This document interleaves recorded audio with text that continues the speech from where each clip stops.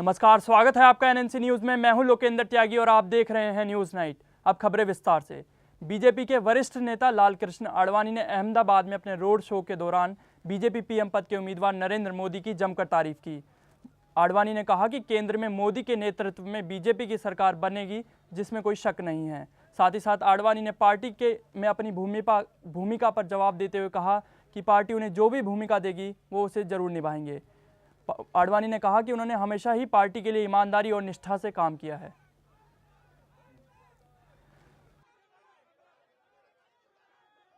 वो जो भी निर्णय तय करे उसमें मुझे किसी भी आपत्ति नहीं। मुझे जो भी पार्टी ने रोल दिया है मैंने हमेशा उसको स्वीकार किया है और इस बार भी मैं स्वीकार कर रहा हूँ। कांग्रेस के प्रवक्ता मीम अफजल ने बीजेपी पीएम पद के उम्मीदवार नरेंद्र मोदी पर चुनाव के दौरान खर्च किए जा रहे पैसों को लेकर जमकर हमला बोला। अफजल का कहना है कि देश की जनता जानना चाहती है कि प्रचार के लिए मोदी के पास इतने पैसे कहां से आए। तो वहीं मोदी के शादी के हलफनामे को लेकर अफजल ने कहा कि चुनाव आयोग इसका संज्ञान लेना चाहिए कि मोदी ने पिछले चुनावों के हलफनामों में अपनी पत्नी का जिक्र क्यों नहीं किया। जाहिर है कि अगर इलेक्शन नहीं होता तो जांच भी कराई जा सकती थी, लेकिन मोदी जी बहुत होशियार आदमी हैं। वो जानते हैं कि इस बार जांच नहीं हो सकती, इसलिए इस बार। लेकिन क्या वो देश को बताएंगे कि ये जो 10,000 से भी ज्यादा करोड़ रुपया उनकी पब्लिसिटी पे और सिर्फ एक आदमी की पब्लिसिटी पर खर्च हो रहा है, उसका सोर्स क्या है, कहां से आ रहा है वो पैसा? बीजेपी के प्रवक्ता और राष्ट्रीय उपाध्यक्ष मुख्तार अब्बास नकवी ने प्रियंका गांधी के बयान पर पलटवार करते हुए कहा कि वरुण गांधी को प्रियंका ने अपना भाई कहा, ये अच्छी बात है, लेकिन इतने दिनों तक क्या उन्हें प्रियंका को अपने भाई की याद नहीं आई? चुनाव के समय वरुण अपना भाई बताकर कांग्रेस अपनी राजनीतिक महत्वाकांक्षा को दिखाती है। गौरतलब है कि अमेठी में प्रियंका गांधी ने कांग्रेसी कार्यकर्ताओं को संबोधित करते हुए कहा था कि वरुण मेरा भाई है और वो रास्ते से भटक गया है। आपको बता दें कि वरुण गांधी अमेठी से सटे सुल्तानपुर लोकसभा सीट से बीजेपी के उम्मीदवार। रास्ता वो भटके हैं कि रास्ता वो भटकी है, ये तो बात की ये तो जनता तय करेगी। अब तो जनता की अदालत में मुकदमा आ चुका है।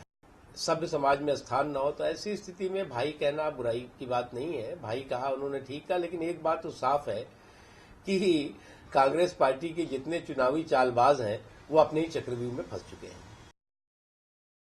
जदयू नेता केसी त्यागी ने यूपी प्रदेश के बीजेपी प्रभारी और नरेंद्र मोदी के सबसे करीबी माने जाने वाले अमित शाह पर जमकर निशाना साधा और कहा कि चुनाव आयोग से अनुरोध करूंगा कि लोकसभा चुनाव तक अमित शाह को उत्तर प्रदेश से बाहर कर दें, क्योंकि अमित शाह पर लगे चुनाव प्रचार पर प्रतिबंध उनके लिए काफ़ी नहीं है। गौरतलब है कि अमित शाह ने शामली में विवादित बयान दिया था, जिसके चलते चुनाव आयोग ने उत्तर प्रदेश में उनके चुनाव प्रचार पर रोक लगा दी थी। अमित शाह पर प्रतिबंध लगाना काफी नहीं है। अदालत ने उनको उनके कुकृत्यों को देखते हुए गुजरात से कई महीनों के लिए राज्य से बदर करके रखा, अलग करके रखा। इसलिए हम चुनाव आयोग से निवेदन करते हैं कि उनको उत्तर प्रदेश से बाहर रखा जाए ताकि निष्पक्ष और प्रभावी चुनाव हो सके। दक्षिणी कश्मीर के पुलवामा में नेका के युवा विंग के नेता यावर मसूदी ने आवास पर आतंकियों ने हमला कर दिया और जमकर गोलीबारी की, जिसमें 2 जवान शहीद हो गए हैं। तो वहीं जवाबी फायरिंग में 2 आतंकवादी भी मारे गए। पुलवामा के पुलिस कमिश्नर का कहना है कि सेना ने आसपास के इलाकों में तलाशी अभियान शुरू कर दिया है। तो वहीं पुलिस कमिश्नर ने इस बात की भी पुष्टि करते हुए कहा कि मारे गए दोनों आतंकवादी लश्कर ए तैयबा के हैं।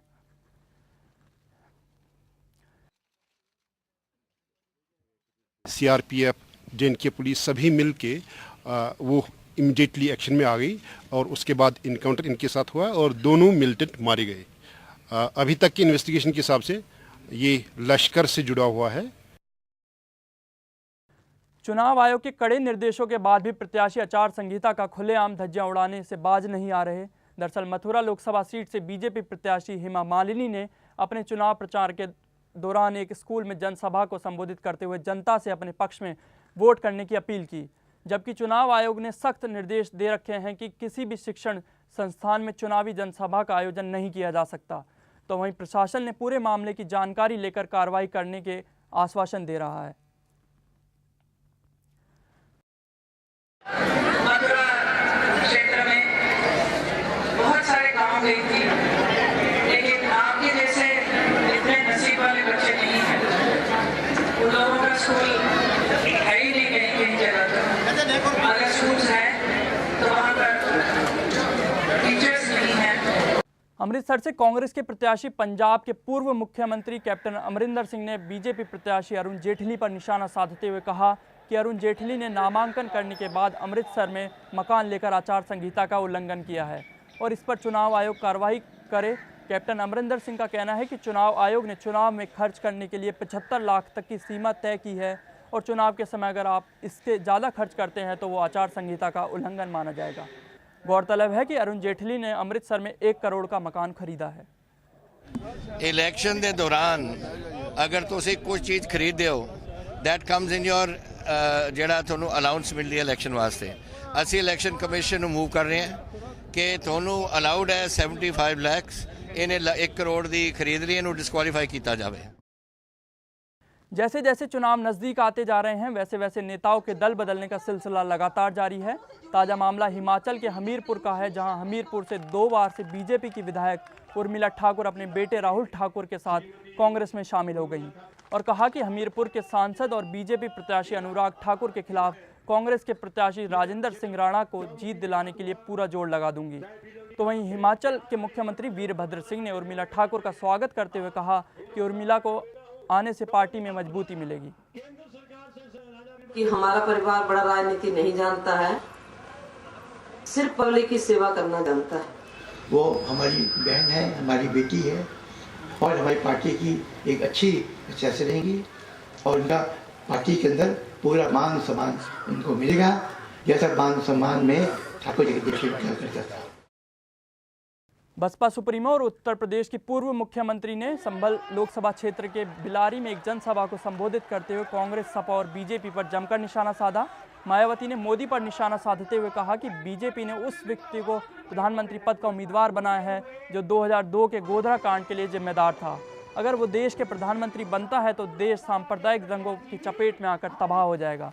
तो वहीं कांग्रेस के युवराज पर भी जमकर निशाना साधा, जिसने सन 2002 में अपनी खुद की सरकार के रहते हुए यहाँ अपने गुजरात प्रदेश को ही गोधरा कांड दंगों की चपेट में लाकर खड़ा कर दिया था।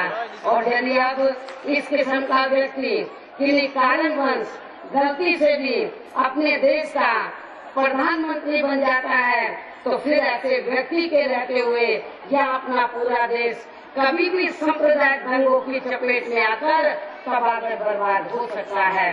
कांग्रेस पार्टी बिना घोषणा किए हुए अपने युवराज को ही अर्थात राहुल गांधी को ही पीएम पद का उम्मीदवार मानकर ये चुनाव लड़ रही है। मुरादाबाद लोकसभा सीट से भाजपा के उम्मीदवार ठाकुर सर्वेश कुमार सिंह के समर्थन में अफजलगढ़ की एक स्कूली मैदान जनसभा को संबोधित करते हुए बीजेपी के राष्ट्रीय अध्यक्ष राजनाथ सिंह ने कांग्रेस पर जमकर हमला बोला। राजनाथ सिंह ने मुहावरा देते हुए कहा कि बिल्ली को जितना पुचकारो या प्यार करो लेकिन वो दूध की रखवाली नहीं कर सकती, ठीक उसी तरह कांग्रेस, सपा, बसपा देश की हिफाजत नहीं कर सकती। तो बिल्ली आपके घर के दूध की हिफाजत नहीं कर सकती है, वैसे ही जब तक कांग्रेस, सपा, बसपा इस हिंदुस्तान में रहेंगे तब तक इस देश की हिफाजत कभी नहीं हो सकती है। इस हकीकत को समझ। फिलहाल खबरों में इतना ही। देश विदेश की सभी खबरों के लिए देखते रहिए NNC न्यूज़। मुझे दीजिए इजाजत। नमस्कार।